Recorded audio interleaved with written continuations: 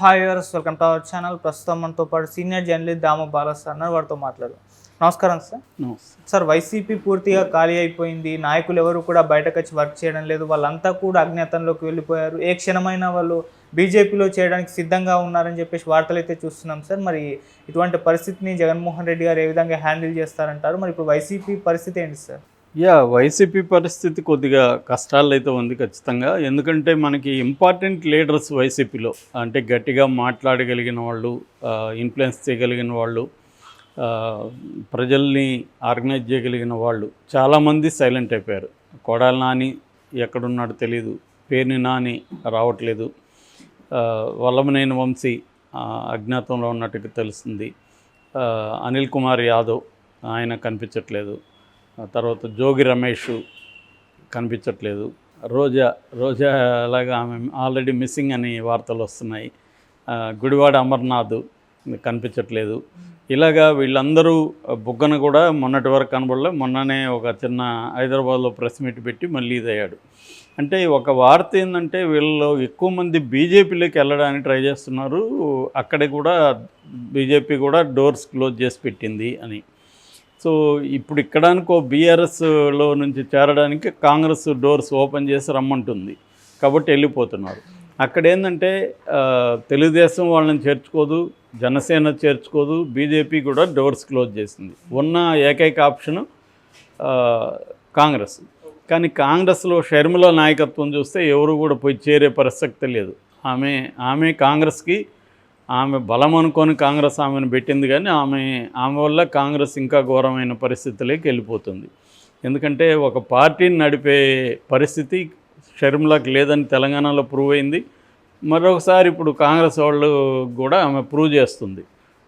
ఆమె ఇండిపెండెంట్గా ఆమెకి ఏమన్నా హెల్ప్ జరిగితే జరగాలి తప్ప ఆమె వల్ల ఆమెకి పార్టీ నిర్మాణం అనేది చేత కాదు, పార్టీని నడపడం చేత కాదు, ప్రభుత్వ వ్యతిరేక ఉద్యమాలు నడపడం కూడా ఆమెకు చేత కాదు. ఆమెకి ఏంటంటే మాట్లాడడం చేత అవుతుంది,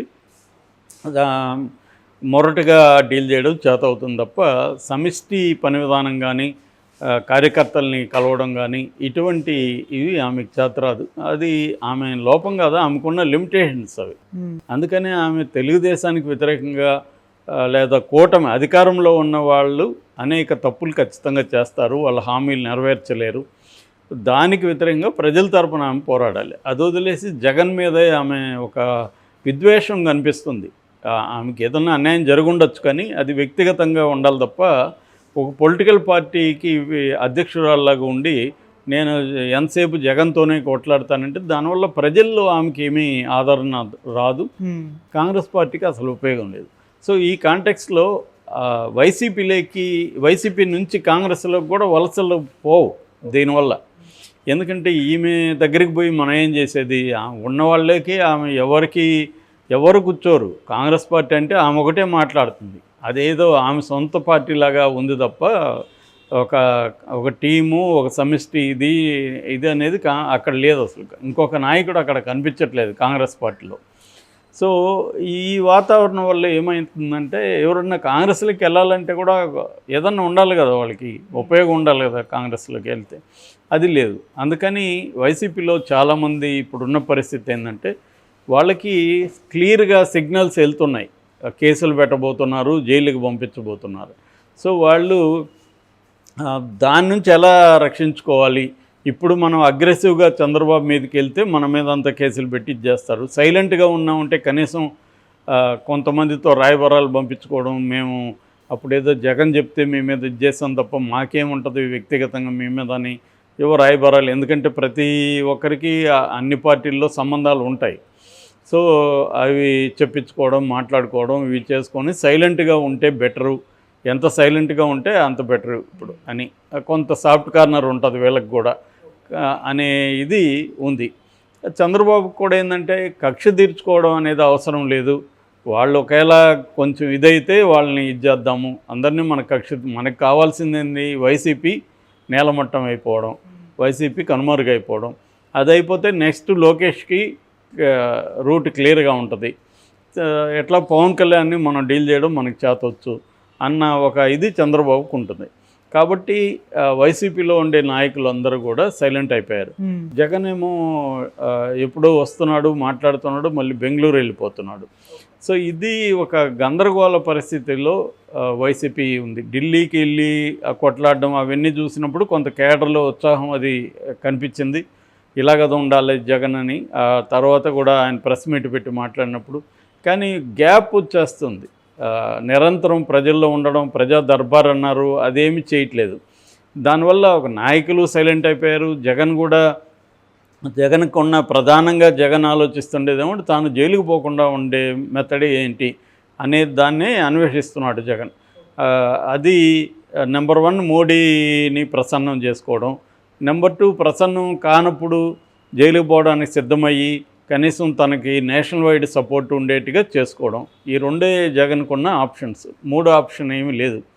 అందుకని జగన్ ఒక పక్క మోడీతో రాయబారాలు చేస్తూ మోడీని ప్రసన్నం చేసుకోవడానికి ట్రై చేస్తూ, ఇంకొక పక్క మోడీ మీద ప్రెజర్ టాక్టిక్స్ కూడా ప్లే చేస్తూ, అంటే నువ్వు నాకు హెల్ప్ చేయకపోతే నాకు గత్యంతరం లేదు, నేను అటే పోవాలి, అటు పోవడానికి కూడా నేను సిద్ధమే అనేది మోడీకి చెప్పడానికి ట్రై చేస్తున్నాడు. కానీ మోడీ వైపు నుంచి ఆలోచించినప్పుడు మోడీకి ఏమో జగన్ అంటే ఇష్టమో లేకపోతే చంద్రబాబు అంటే ఇష్టమో కాదు కదా. మోడీకి ఏంటంటే తన రాజకీయ ప్రయోజనాలకి ఎవరు ఉపయోగపడితే వాళ్ళతో ఉంటాడు, ఎవరు ఉపయోగపడకపోతే వాళ్ళకి యాంటీగా బిహేవ్ చేస్తాడు. సో మోడీకి చంద్రబాబు ఇవాళ ఎంత ఇంపార్టెంట్ అనేది అందరికీ తెలుసు. కాబట్టి చంద్రబాబుకి వ్యతిరేకంగా మోడీ ఏ నిర్ణయాలు తీసుకునే పరిస్థితిలో లేడు. సో ఇప్పుడు జగన్కి హెల్ప్ చేసి మోడీ జగన్ వైపు నిలబడితే చంద్రబాబు ఫీల్ అయ్యే అవకాశం ఉంది.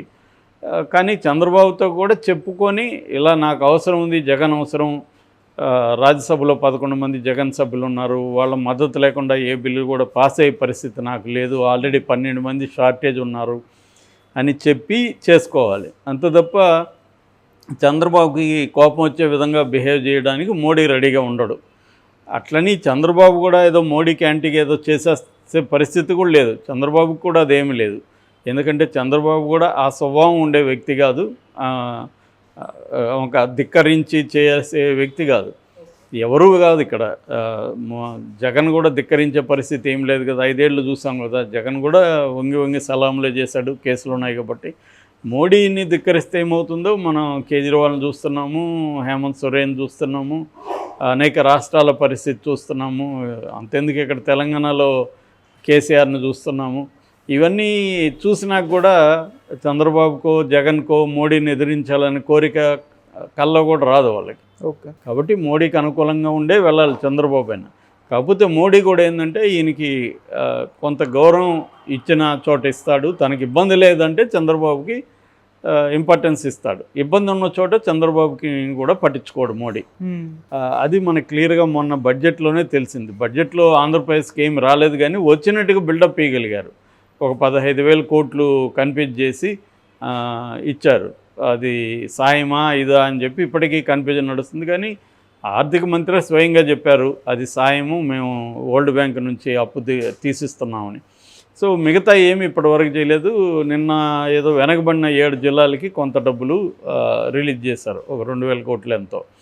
సో అంత తప్ప ఇదంతా కూడా ఏంది, మనకి న్యాయంగా విభజన చట్టం కింద రావాల్సిందే. ఆ వెనుకబడిన ఇవన్నీ కూడా అవే ఇప్పటివరకు ఏమీ అలొకేట్ కాలేదు. కాబట్టి మహా అంటే అవి జరగచ్చు.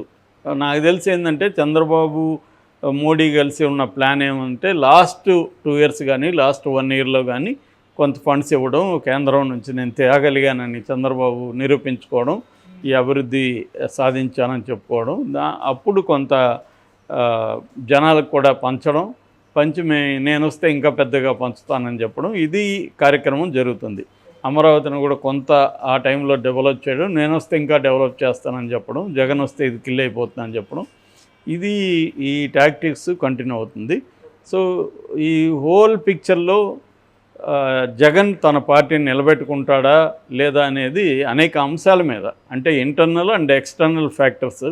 ఇంటర్నల్ ఫ్యాక్టర్ ఏమో జగన్ దీన్ని ఈ క్రైసిస్ని స్ట్రాంగ్గా ఎలా నిలబడతాడు, తనకున్న సపోర్ట్ సిస్టమ్స్ ఏంటి. గతంలో తనకు ఫ్యామిలీ సపోర్ట్ సిస్టమ్ ఉన్నింది, షర్మిల అండ్ విజయమ్మ యాక్టివ్గా ఉన్నారు. ఇప్పుడు వాళ్ళిద్దరూ లేరు. షర్మిల ఎనిమి అయిపోయింది, విజయమ్మ తటస్థంగా సైలెంట్ అయిపోయింది. భారతి వ్యాపారాలు చూసుకోవాలి, సో ఫ్యామిలీ సపోర్ట్ లేదు. పార్టీలో నాయకులు ఎవరు కూడా అండగా నిలబడే పరిస్థితి లేదు. ఇక్కడ చంద్రబాబు జగన్ని తొక్కేయాలని చూస్తున్నాడు. చంద్రబాబు ఇంకా తొక్కలేదు ఏంటా అని మీడియా కానీ మిగతా వాళ్ళు చంద్రబాబు మీద కోపాన్ని ఎక్స్ప్రెస్ చేస్తున్నారు. ఈ కాంటెక్స్ట్లో జగన్ సర్వైవల్ అనేది